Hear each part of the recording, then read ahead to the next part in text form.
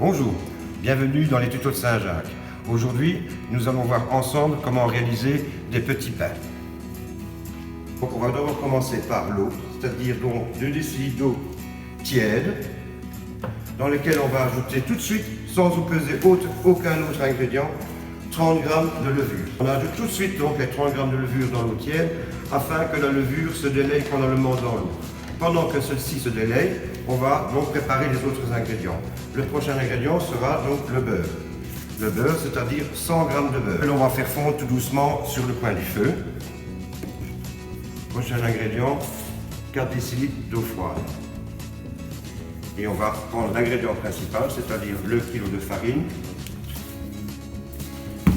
Le tout dernier ingrédient, le sel, c'est-à-dire 20 g.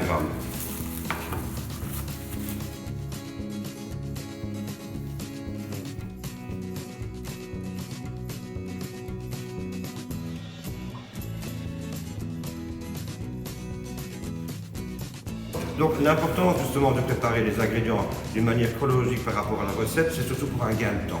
Donc ça veut dire que pendant que l'on prépare le beurre, pendant que l'on prépare l'eau et ainsi que la farine, eh bien la levure elle commence à faire son effet. Donc c'est-à-dire qu'à un moment donné, on va mettre l'oreille au niveau de la levure et on va entendre comme un pétillant, comme ça chante, comme si on entendait la mer dans un coquillage. Voilà, donc on a mis la farine en dessous du robot et on va rajouter les autres ingrédients, tout en la branchant dans un premier temps, pas trop rapidement dans un premier temps, et on ajoute tous les ingrédients dessus, sauf un seul, le sel. Donc l'eau,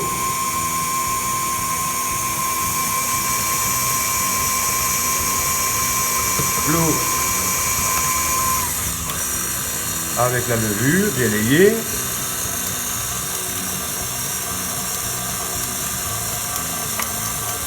Et on termine par le beurre fondu. Et on va laisser pétrir la pâte pendant environ 3 à 4 minutes. De façon à ce que de l'air s'installe bien dans la pâte pour qu'elle puisse gonfler par après.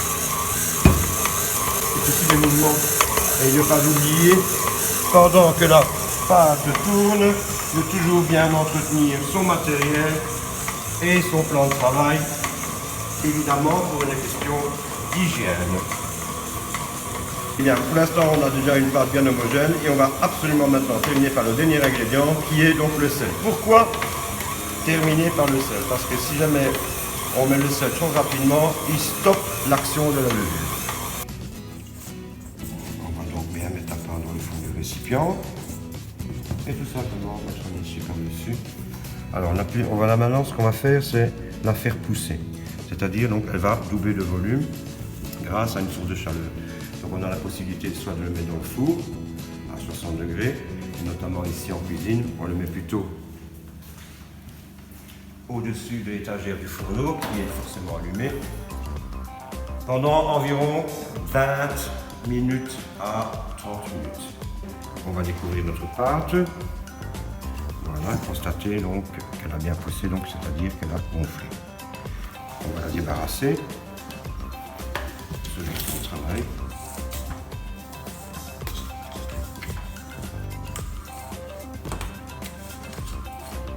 Et on va servir ce qu'on appelle une corne ou un coup de pâte.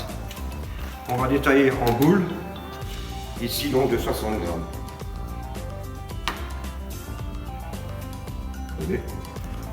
Voilà. Et on est parti. Donc un beau mouvement de rotation. Et on a une belle boule bien lisse. Donc belle peau de fesses de bébé. Donc après donc les avoir boulés, on va les recouvrir d'un essuie propre. Et comme la première opération,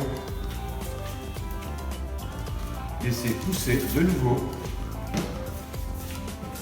sur l'étagère du four pendant encore environ 20 à 25 minutes. Donc à la place du beurre, vous mettez donc de l'huile d'olive et on obtient à ce moment-là une pâte à pizza. Par rapport le petit pain au départ, il a poussé, il a pratiquement doublé de volume.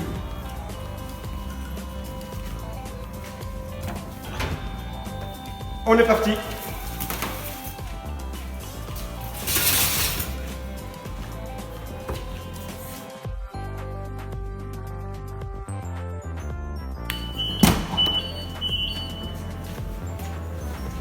Et voilà. 28 petits pains.